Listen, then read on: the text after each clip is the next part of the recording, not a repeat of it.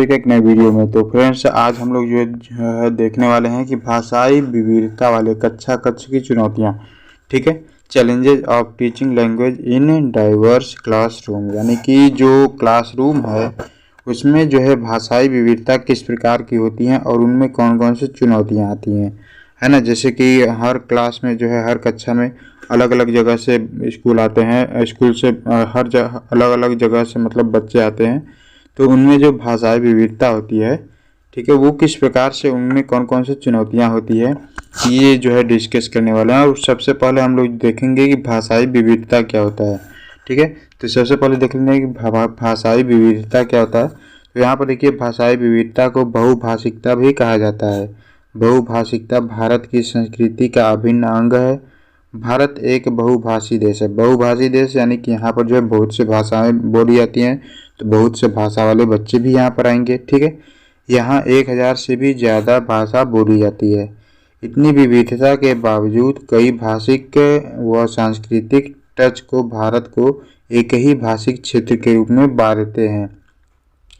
बहुभाषिकता पर हुए अध्ययनों से स्पष्ट हुआ है कि बहुभाषिकता समाज में संप्रेषण को बाधित करने के बजाय सहायता प्रदान करती है। ठीक है, अतः हमारी शिक्षा व्यवस्था को इसे दबाने के बजाय बनाए रखने और प्रोत्साहन करने का भरपूर प्रयास करना चाहिए। इसी बात को ध्यान में रखते हुए त्रिभाषा सूत्र, ठीक है, त्रिभाषा सूत्र 1968 में राज्य सरकार के शिक्षा मंत्रालय या शिक्षा आयोग में लागू किया गया है। ठीक है, अब त्रिभाषा सूत्र क्या है? त्रिभाषा सूत्र मतलब कि जो आप जो जिस भाषा में पढ़ाना चाहते हैं वो हो गया। ठीक है, जैसे कि हिंदी हो गया, खड़ी बोली। ठीक है, तो हिंदी हो गया, और एक इंग्लिश जो कि कंपलसरी है, और एक मातृभाषा। ठीक है, मातृभाषा यानी कि बालक जो भी भाषा अपने घर में बोलता है उस भाषा में बालक को सिखाया जाए, है ना। अब शिक्षा में बहुभाषिकता के लाभ और उसकी आवश्यकताओं के बारे में हम लोग देख लेते हैं। ठीक है, तो बहुभाषिकता भारत के भाषा परिदृश्य का एक विशिष्ट लक्षण भी है। उसे कक्षा की कार्यनीति का हिस्सा बनाना रचनात्मक भाषा शिक्षक का कार्य है। ठीक है, अलग अलग भाषिक पृष्ठभूमियों से होने के कारण बच्चों की शब्दों में उनके उच्चारण में विभिन्नता पाई जाती है। भाषिक पृष्ठभूमि के आधार पर ही किसी को पीछे नहीं छोड़ा जा सकता।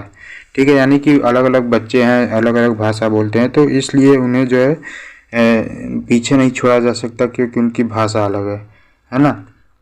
दो भाषा बोलने वाले बच्चे न केवल अन्य भाषाओं पर अच्छा नियंत्रण रखते हैं, बल्कि अकादमिक स्तर पर भी ज़्यादा रचनात्मकता दिखाते हैं। साथ ही उनमें सामाजिक सहिष्णुता भी अधिक पाई जाती है। ठीक है, इसमें देखिए टेट वगैरह में भी, टेट सीटेट में भी इससे क्वेश्चन पूछे जाते हैं कि बहुभाषिकता कक्षा के लिए क्या है, बाधक है या फिर सहायक है। तो जो है जनरली आप जो है सहायक ही जो है मानेंगे। ठीक है, बाधक किसी भी चीज़ को आप नहीं मानेंगे, चाहे बालक कोई भी भाषा बोलता हो, है ना। द्विभाषी बच्चों को वैचारिक क्षमता अन्य बच्चों की तुलना में अच्छी होती है। यह विविध स्तर की परिस्थितियों से जूझने में कुशल होते हैं, है ना। इससे स्कूल छोड़ने वाले छात्रों की संख्या में कमी, अकादमिक उपलब्धि में सुधार, विद्यार्थियों के आत्मसम्मान में वृद्धि जैसे कई फायदे हैं। ठीक है, उसके बाद जो है नेक्स्ट है, देखिए कक्ष में छात्रों द्वारा अपनी मातृभाषाओं का प्रयोग करने से छात्र अपने विचारों को सहजता से रख पाते हैं, जिससे शिक्षण अधिगम प्रक्रिया सुचारू रूप से चलती है ना।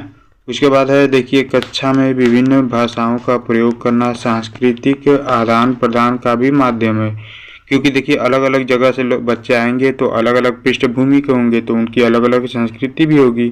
ठीक है, तो संस्कृति का आदान प्रदान भी होता है, जैसे कि उनके यहाँ किस तरीके से रहा जाता है, फिर वो अगला बालक बताएगा कि उनके यहाँ किस तरीके से रहा जाता है, कौन कौन से भोजन बनते हैं, या फिर मतलब जो भी भाषाएं हो उनके यहाँ किस चीज़ को क्या बोला जाता है। ठीक है, तो ये सब जो है संस्कृति का आदान प्रदान भी होता है ना। भिन्न भिन्न भाषाओं के प्रयोग से भी सभी छात्र को एक दूसरे की भाषा समझने का अवसर मिलता है, तथा वह अपनी मातृभाषा का सम्मान करने के साथ ही दूसरों की भाषाओं एवं संस्कृतियों का सम्मान करना भी सीखते हैं। ठीक है, उसके बाद है देखिए बहुभाषिकता बच्चों की अस्मिता का निर्माण करती है। बहुभाषिकता पर हुए अध्ययनों से यह पता चलता है कि द्विभाषी या बहुभाषिकता क्षमता संज्ञानात्मक वृद्धि, सामाजिक सहिष्णुता, विस्तृत चिंतन एवं बौद्धिक उपलब्धियों के स्तर को बढ़ाती है। इसलिए भाषाओं को विद्यालयों में एक संसाधन के रूप में प्रयोग किया जा सकता है। ठीक है, किसी भी भाषा को यानी कि हम जो है बाधक नहीं मानेंगे, हर भाषा को जो है एक संसाधन के रूप में प्रयोग करेंगे। अब जो है हम देख लेते हैं कि भाषा विविधता वाली कक्षा में भाषा शिक्षण की क्या क्या कठिनाइयां हैं, यानी कि क्या क्या जो है समस्याएं पैदा होती हैं। ठीक है, बहुत सारे लैंग्वेज वाले बच्चों को पढ़ाने में क्या क्या कठिनाइयां उत्पन्न होती हैं, ये हम जो है देख लेते हैं। फिर जो है हम इन कठिनाइयों के बाद इनकी समस्याओं का हल कैसे होगा ये भी देखेंगे। तो देखिए, बच्चों में संप्रेषण कौशल का विकास करने वाली चुनौती। ठीक है, संप्रेषण विकास का की क्या चुनौतियां हैं वो हम देखते हैं। बच्चों में संप्रेषण कौशल का विकास करने के लिए भाषा पर नियंत्रण एवं इसमें कुशलता आवश्यक है, किंतु क्षेत्रीय भाषाओं के प्रभाव में इसमें कई प्रकार की समस्याएं उत्पन्न होती है। ठीक है, अब देखिए जैसे भाषा हिंदी है ना, तो कोई भी बालक हिंदी बोल रहा है तो ऐसा नहीं कि वह हिंदी में जो है एकदम निपुण है, एकदम सब कुछ सही सही बोल पाता है। ठीक है, वो कुछ गलत भी बोलता है, कुछ इधर उधर की बातें भी बोलता है। तो धीरे धीरे जो है ये सब चुनौतियाँ जो है होती हैं। ठीक है, कोई भी बालक जो है शुद्ध हिंदी नहीं बोल पाता है। फिर दूसरा समस्या देखिए, छात्रों में भाषाई कौशलों का विकास करने की चुनौती। भाषाई विविधता के कारण छात्रों को विविध भाषाई कौशलों के अधिगम यानी कि सुनने, बोलने, पढ़ने एवं लिखने के विकास में चुनौतियों का सामना करना पड़ता है, क्योंकि क्षेत्रीय भाषा के प्रभाव के कारण भाषाई कौशलों पर भी इसका प्रभाव पड़ सकता है ना। उसके बाद नेक्स्ट चुनौती है देखिए, अध्यापक को विभिन्न भाषाओं संबंधी ज्ञान की चुनौती। एक शिक्षक के लिए विविध भाषाओं का ज्ञान होना कठिन है ना, यानी कि कोई भी एक शिक्षक है तो उसका कमांड जो है अच्छे से एक ही भाषा पर होगा। अब हर भाषा तो वह जानेगा नहीं, जो बहुभाषी कक्षा में शिक्षण अधिगम प्रक्रिया में एक समस्या के रूप में बनी रहती है ना। फिर उसके बाद आपका है देखिए, भाषा के प्रति छात्रों की रुचि और रुझान का अभाव। भाषा विविधता के कारण भाषा शिक्षण की एक समस्या यह है कि छात्रों में भाषा के प्रति रुचि तथा रुझान का अभाव पाया जाता है, जिस कारण से भाषा शिक्षण का कार्य और अधिक चुनौतीपूर्ण हो जाता है। यानी कि कोई भी बालक है, मान लीजिए हिंदी बोलता है या इंग्लिश बोलता है, और टीचर जो है हिंदी में बात कर रहे हैं तो इसको तो समझ में आएगा, लेकिन इसको नहीं समझ में आएगा।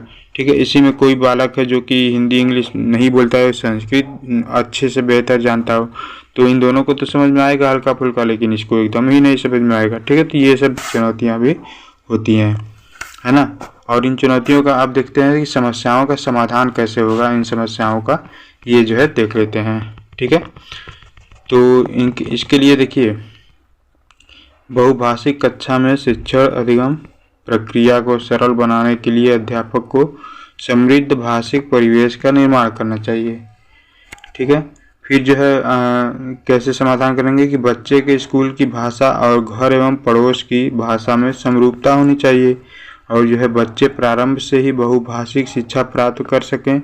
इनके लिए त्रिभाषा फार्मूला को उनके मूल भाव के साथ लागू किए जाने की जरूरत है। त्रिभाषा फार्मूला यानी कि हिंदी, अंग्रेजी और फिर जो है उनकी मातृभाषा जो वह घर पर बोलते हैं वो भाषा। ठीक है, इसके बाद देखिए, बच्चों को प्राथमिक स्तर की विद्यालयी शिक्षा उनकी मातृभाषा में दी जाए, जिससे शिक्षण अधिगम प्रक्रिया सरल एवं छात्रों के लिए सहज हो सके, है ना।